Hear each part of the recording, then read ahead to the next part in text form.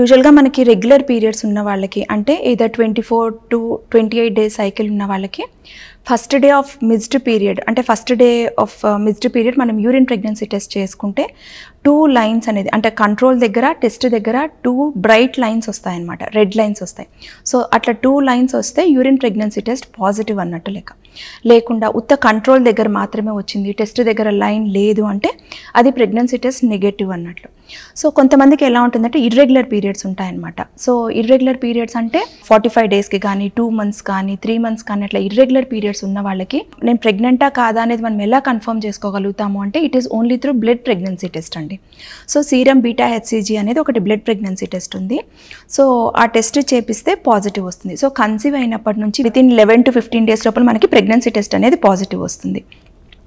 చాలామందికి irregular periods ఉన్న వాళ్ళకి 45 డేస్ సైకిల్ ఉందనుకోండి, ఒక 30 డేస్కి అంతా కూడా ప్రెగ్నెన్సీ టెస్ట్ చేసుకుంటారు, టెస్ట్ నెగటివ్ వస్తుంది. కానీ ఒక 15 డేస్ తర్వాత రిపీట్ ప్రెగ్నెన్సీ టెస్ట్ చేసుకున్నప్పుడు పాజిటివ్ వస్తుంది అనమాట. సో అలాంటి వాళ్ళకి అందరికీ కూడా serum beta HCG blood pregnancy test అనేది చేపించుకుంటే మంచిది. అంటే అది కన్ఫర్మేటరీ అనమాట ఇర్రెగ్యులర్ పీరియడ్స్ ఉన్న వాళ్ళకి. కొంతమందికి ఇంకొన్ని సిమ్టమ్స్ అనేది ఉంటుందన్నమాట. ఫస్ట్ ట్రైమిస్టర్లో అంటే కన్సీవ్ అయినప్పుడు బ్రెస్ట్ అంతా కూడా కొంచెం హెవీగా ఉండేది కానీ, బ్లోటింగ్ సెన్సేషన్ కానీ, నాసియా సెన్సేషన్ కానీ, హెవీనెస్ ఉంటుంది అనమాట పొట్టలో అంతా కూడా. సో ఇలాంటి సిమ్టమ్స్ ఉంటే కూడా ప్రెగ్నెన్సీ పాజిటివ్ వచ్చేదానికి ఛాన్సెస్ ఎక్కువగా ఉంటుంది.